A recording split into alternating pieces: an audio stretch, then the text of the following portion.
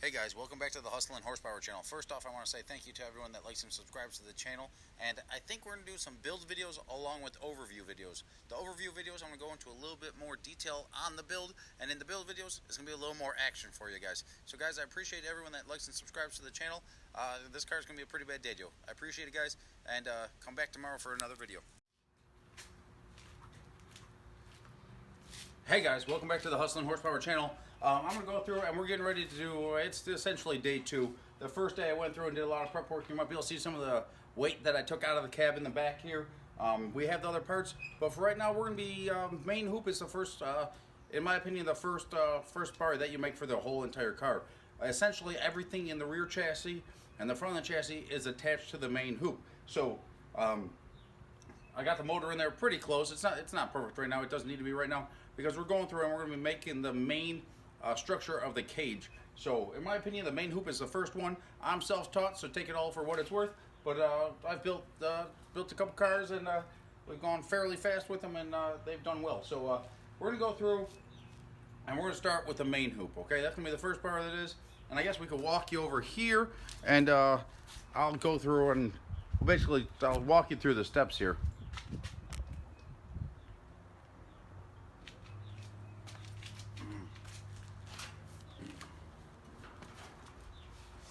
So guys, the main hoop here is going to go from the base down here, up, over, and down. It's all going to be one bar, and it'll have two bends in it. Fairly simple. On some of the main hoops I do more than two bends, but personally I like to just do two bends. We're probably going to lay this back a little bit just to make this car a little bit faster go around. Just the build aspect of it, because the more bends that you put in a chassis, bends aren't inherently strong, but you can make stuff look really good, and you can still have the strength to it with the bar placements and stuff like that. But I think on this one we're just gonna do a flat main hoop, and we're gonna angle it back to the layback of the seat. I prefer to do the layback of the seat. The funny car cage, the bars around the driver and stuff like that, I like to run those bars parallel with the layback of my seat, so you don't have an incident where if you get in an accident, you have your seat support break your back or something like that. It's happened to a lot of drivers. It's happened to a lot of drivers where the seat support hurts you because you got either like an aluminum seat or this or that.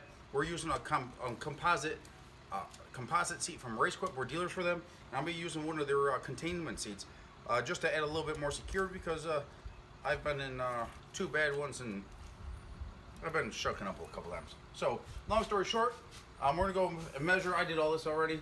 It is about 45 inches tall that we're gonna aim for on the layback. 45 inches tall, and then it's at the upper point here. It is 50 inches. At the bottom here, it is 46. Okay, so when I go through there, I wrote it all down here. You can't see it, and I can't necessarily bring it back in and forth, but I know all those increments. Okay, those increments are to the body line. I want to leave about a half-inch gap there. Is what we're going to target? A half-inch gap runs it pretty tight. On these cars, they're fairly narrow. So, if you want to do interior panels and stuff like that, you got to measure the cage with all the interior panels in it. This thing, we're not going to run interior panels, and if we do, it's just like 16th wood underlayment, just like they did from the factory. So we don't have to really compensate for bevels or radius and stuff like that. If you want to go through and see some of that stuff, we did a roll cage a little bit while back. Donated a cage to a guy, and yeah, that turned out pretty dang good. And the door bars profiled the armrest and all that stuff. But for right now, that's not needed here or there. So, alright guys, so I'm going to show you how I go about and start measuring my target points for all the bends and measure the distance that I need. Okay, so this tube right here, as you can see, it's at 90 degrees. It's at 90 degrees because I already bent it. I know it's at 90 degrees. Then you can see the slot right here, right? This slot right here I cut with a cut-off wheel or a saw or whatever the hell you want to use, just so you give a niche to stick your tape measure in. And I'd be really crappy at this if I didn't have a tape measure in my pocket, so maybe we do have a chance of being a YouTube superstar one day. So Tape measure goes in, boom, and you measure to your mark, okay? To your center line on the body. You can see earlier in the video that I did mark that out. I'll talk about it when we get back over there. But 90 degrees, and there's a certain amount of tubing that it takes up to make the bend. So I'm gonna go through and take this off, and I'll explain that to you. Like I said, I go through all this stuff in a little more detail in the last video, or not the last video, but a previous video. But I know from this mark here to this mark here is 15 inches, okay? 14, 13, 12, 11, 10, so on and so forth, right? All the marks here. Now these marks, you gotta make them nice and small, because if you go a little too deep, it'll split there, okay? But this is just a dummy tube, okay? This is just for my own personal fabrication purposes. So I know when I line this up in there, I can measure from here to my center point, and it'll give me the start of my bend radius where I need a target, okay? If I go from 15 inches, a lot of times I'll make a cut at 20 inches, so then the tape measure can sink into there as well. But we'll walk over back to the car, and I'll show you how to do that. So guys, now that we got our mark in here, I can go through and measure from here to here. It's much easier to do it this way when you're working with two hands. I know from here to here is, boom, to the outside to here is 16 and 3/4, 17 inches. 17 inches is going to get real close here with the layback, but I know it tapers, so we're going to probably target 16 and a half or so. 16 and a quarter, 16 and a half. 16 and a quarter would put us right here. 16 and a quarter, probably not bad. I want this thing fitting pretty nice to represent ourselves well. So I'm going to go 16 and a half and hope I don't screw it up. All right, so 16 and a half. 16 and a half is here. I know 15 to here.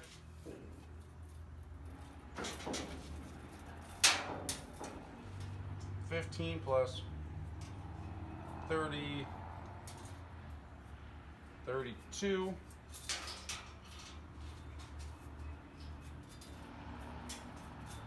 Do 15 plus 32. We'll leave it alone, okay?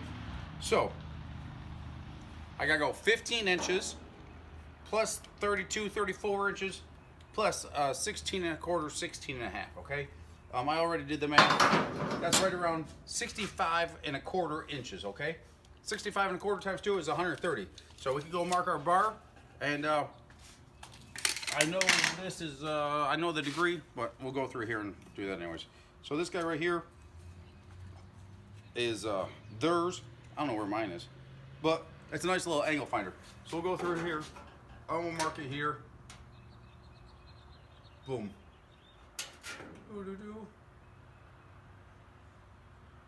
90 degrees looks like crap. 90 degrees doesn't follow. So we're gonna go down here to what is level.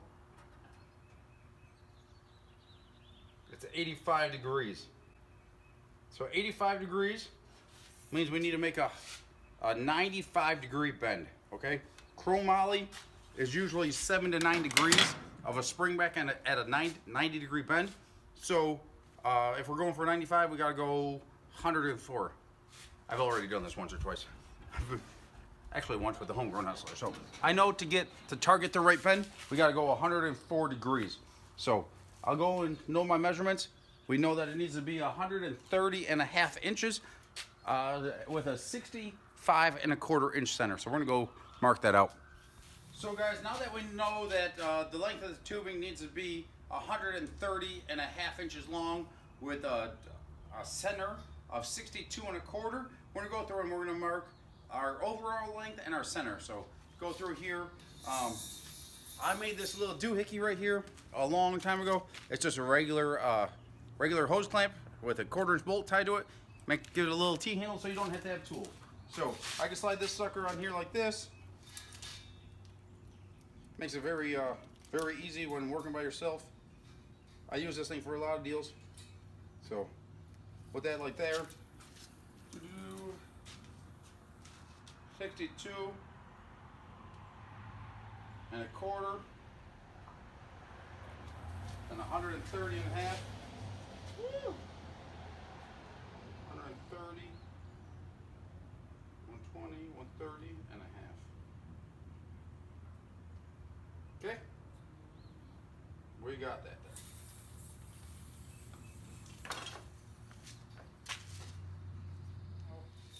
This guy right here is going to make me a perfect circle. So I know this is going to be my center point.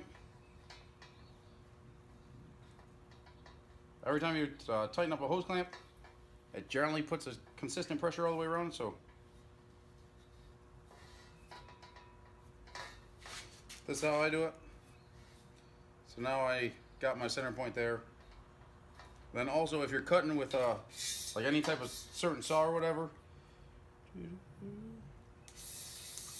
it allows you to make your cuts nice and symmetrical. If you're not using something with a real good saw that holds the bar in place and everything like that. So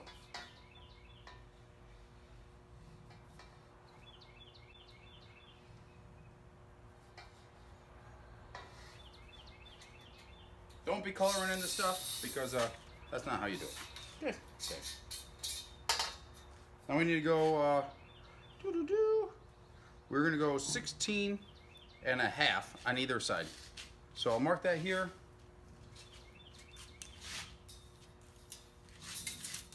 $16 and a half.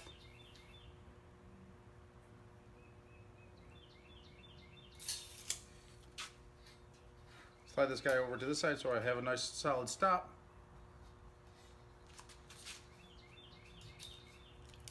Go 16 and a half in this direction.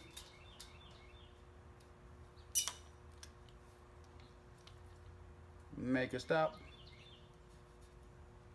When bending the tube and stuff like that, it's always a good idea to put the roll tube in on the inside of the bend, so you're not trying to stretch it.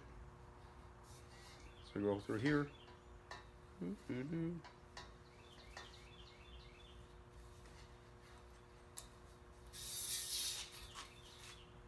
That's center.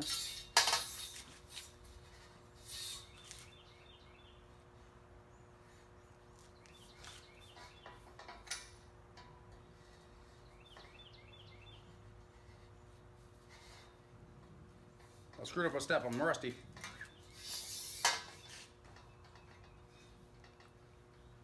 After marking this one, I know that was a measurement from that direction. So I'm gonna go through here, make sure this is the same.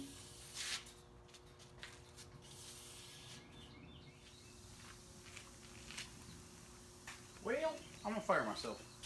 Now here it is. Alright guys, so we have our center here, okay? I marked it all out, and I don't know if my phone died before then or after then or what, but here we are at 16 and a half inches to the die, okay? Because that's where my measuring mark is, because that's where the notch in the tube is, okay? So we got that set up here, 16 and a half inches, dead nuts, okay? Now, I guess I can bring over here for a quick second, and we'll show you that once I got that set,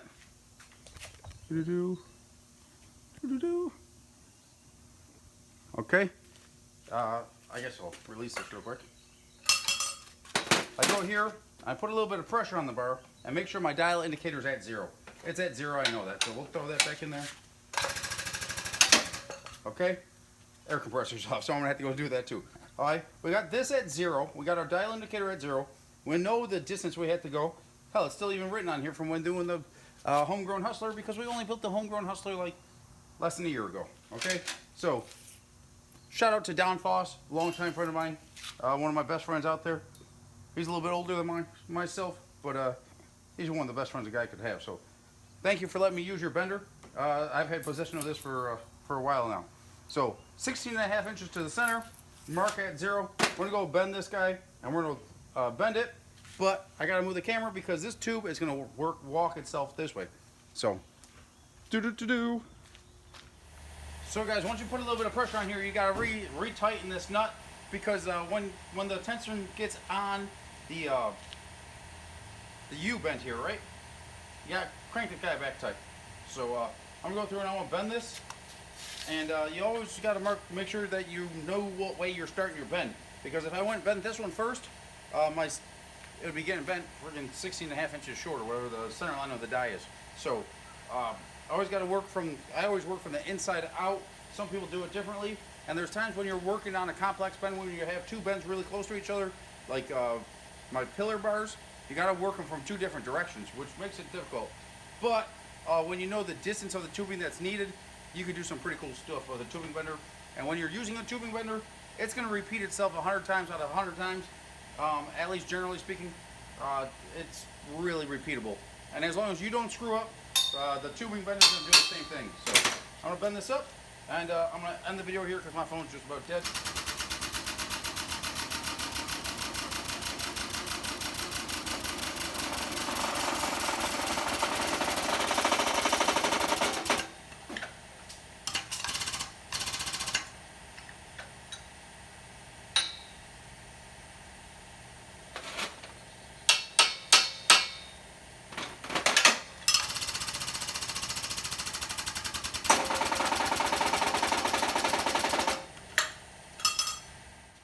I'm going to go and put a little bit of tension on this guy, and then we're going to index this tube to make sure it's bending at the same profile as that one.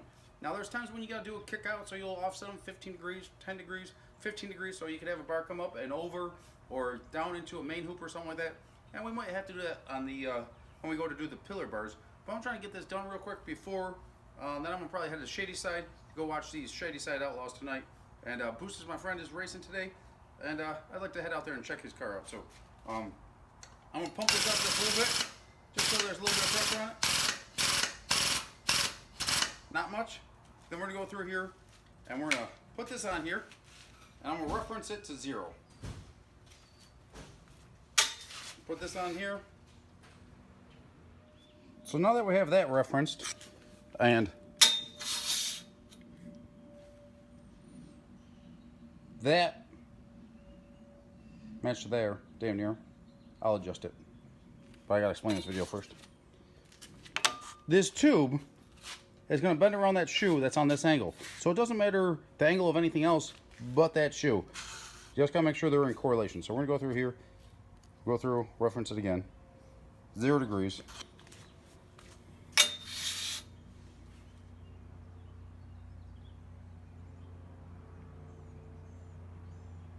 Gotta give it just a little bit of love. It's really freaking close. 0.05 is, you're not gonna notice that. That's 0.05 of 1 degree. So guys, as you can see, this runs pretty good. There is a little bit of a gap right here in the middle. That's because the body is actually small at the bottom, small up top, and a little bit wide in the middle, okay? You could add an extra bend there, and if we were doing like a certain type of car, I would add a second bend in there. But being a strictly race car that we plan on going, I'd like to go 200 miles an hour in the quarter in this thing.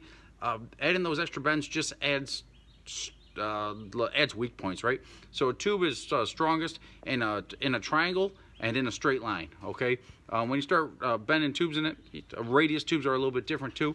There is some people that will bend a tube with a radius deal, and you could actually put a radius in this tube that matches the profile. But as you can see kind of here, it's small up top, and then it gets wider, wider, wider, and then as it comes down, it goes back in. So the hoop, as you can see, it is laid back. It's laid back. We're probably gonna lay it back even a little bit more so that it follows the back of my seat. This also makes some of the bars a little bit shorter, and the shorter bars are stronger, okay? So that's why it's gonna be all falling around like that. And I gotta go measure the layback of the seat in the Mustang, how I have that, and then we'll go and mimic this bar to what that bar is.